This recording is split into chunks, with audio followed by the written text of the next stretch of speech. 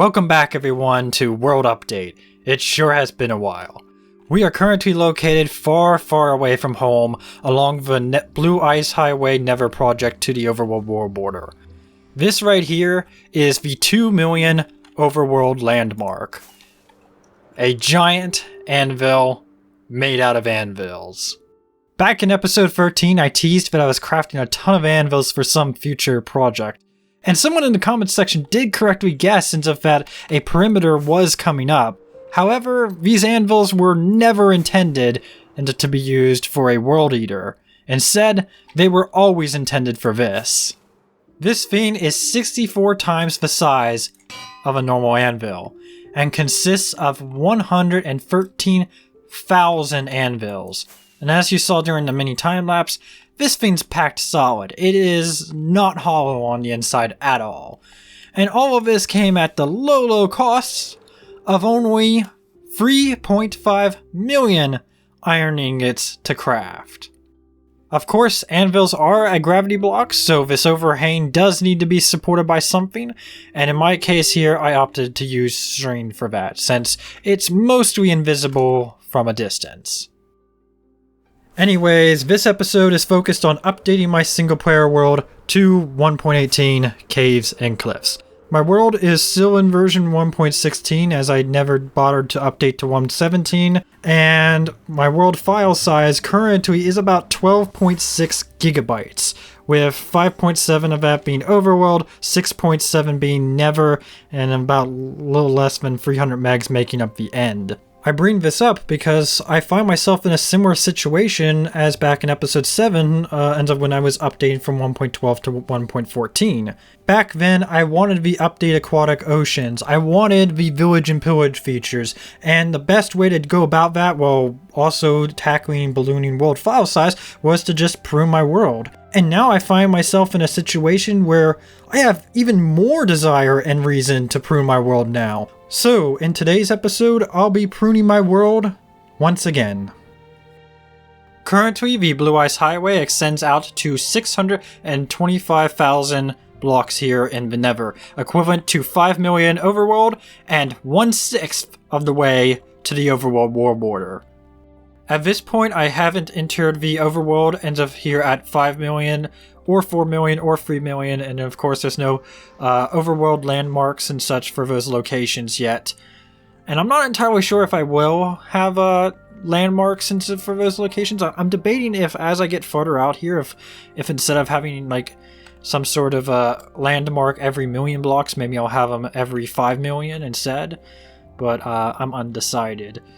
With this little side project of mine hitting 5 million Overworld, I've come to a bit of a decision, and that is that I am going to pause progress on this little project of mine for the time being, and retire my current ice farm.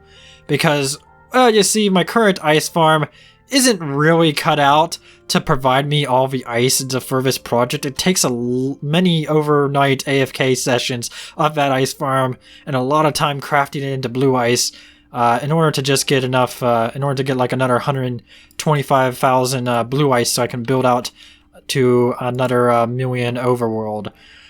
So yeah, until I build a new ice farm, this project is effectively on hold. Now, I need to get back home, and it's almost a 2.5 hour boat ride if I ride the boat back home. I'd hate to let my XP go to waste, but I think this is my best option.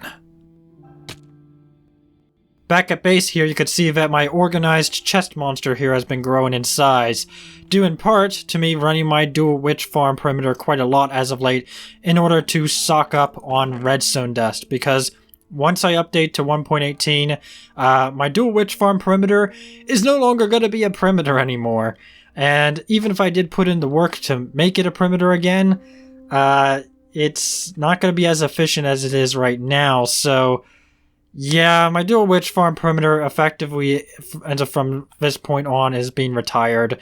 In the future, my plan is to build a raid farm, which honestly would be way faster than even my dual witch farm that I have right now. What was I thinking building a dual witch farm? I should have built a raid farm.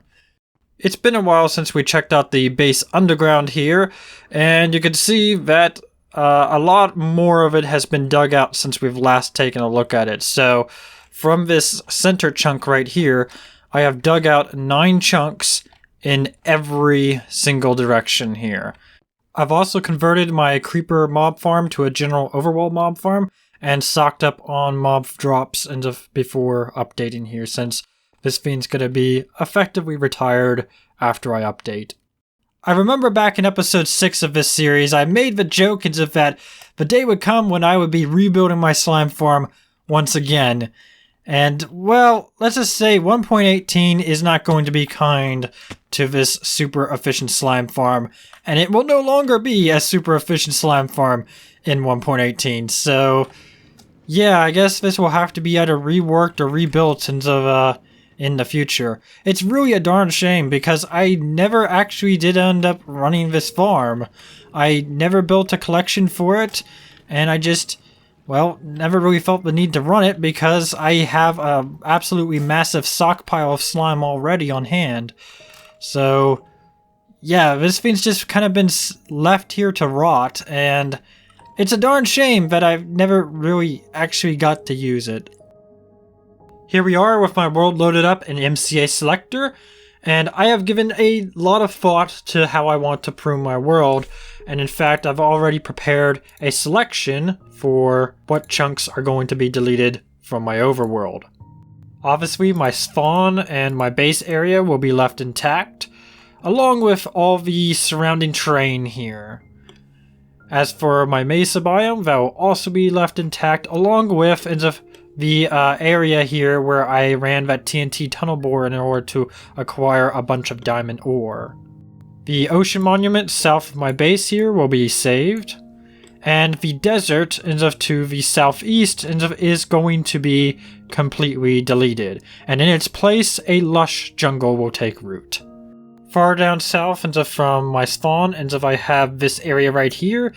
This is the area where there's a stronghold and a zombie spawner somewhat close to each other, and I used this area back in 1.12 to dupe my dragon eggs and shulker shells. Obviously the dupe glitch that I utilized here has long since been patched, but yeah, this area isn't really useful for anything, but nonetheless I would still like to just keep it in my world. And southeast of that, I have a whole bunch of terrain here that I generated, where there's this massive desert and a mesa biome here. I was considering maybe this would be a great location for maybe a mesa quarry if I wanted to do an automated quarry at some point. But actually I was looking through into my seed in 1.18 and there are better mesa biomes that generate than that, so this is going bye-bye. East of spawn I have my mushroom biome island. It's not really much of an island though. And if you recall back in episode 6, I believe it was, I broke some bedrock here in anticipation of eventually doing a passive mob farm. But of course, 1.18's increased world depth basically is going to make this location not really super useful for making a passive mob farm. So yeah, I've just decided I'm going to get rid of it. To the north of spawn, I have my ice farm here, and of course this will be kept. And to the west of this, I have a rather unassuming small little desert here. But actually, there is a stronghold down in here. And nearby, you can see that there's a pillager outpost. So, I was thinking, in the future, this might be a very good location for a raid farm. So, I'm going to keep this area in anticipation of eventually probably building a raid farm here. All the way out here is where my dual witch farm perimeter is, and I won't be pruning any of the terrain out here. And then over here is where I did a whole bunch of exploration for sponges, hearts of the sea, and enchanted golden apples. Obviously this terrain I only ever visited once, and it's just adding as bloat onto the world, so it's all going to be deleted. And lastly, out here at my 1 million overworld landmark, I'll be pruning some of the excess terrain around here. After pruning, I managed to reduce my overworld file size from 5.7 gigabytes to 900 megabytes. My Nether is also getting pruned just a little bit. So I have some like excess terrain along here. I remember I accidentally went down into my Blue Ice Highway with a higher render distance by mistake at one point, and then realized at about 10,000 and that, oops, I'm supposed to turn it down. But yeah, my Nether is 6.7 gigabytes, and there's not really much I can do about that size. Doing this little bit of a prune here is going to reduce the file size by about 100 megs. It's not really that much. My end is less than 300 megabytes to begin with and doesn't really need to be pruned at all, so I'm just going to be leaving it as is. So the final results for my world pruning is that I started out at 12.6 gigabytes and now my world file size is 7.6 gigabytes, so managed to shave 5 gigabytes. Not too bad. Alright, we're finally here. I've really been looking forward to this update, and for one reason or another just kept on having to put off updating my single player world, but finally, it's time. Of course, going to need to optimize the world first, and I'll be erasing the cache data.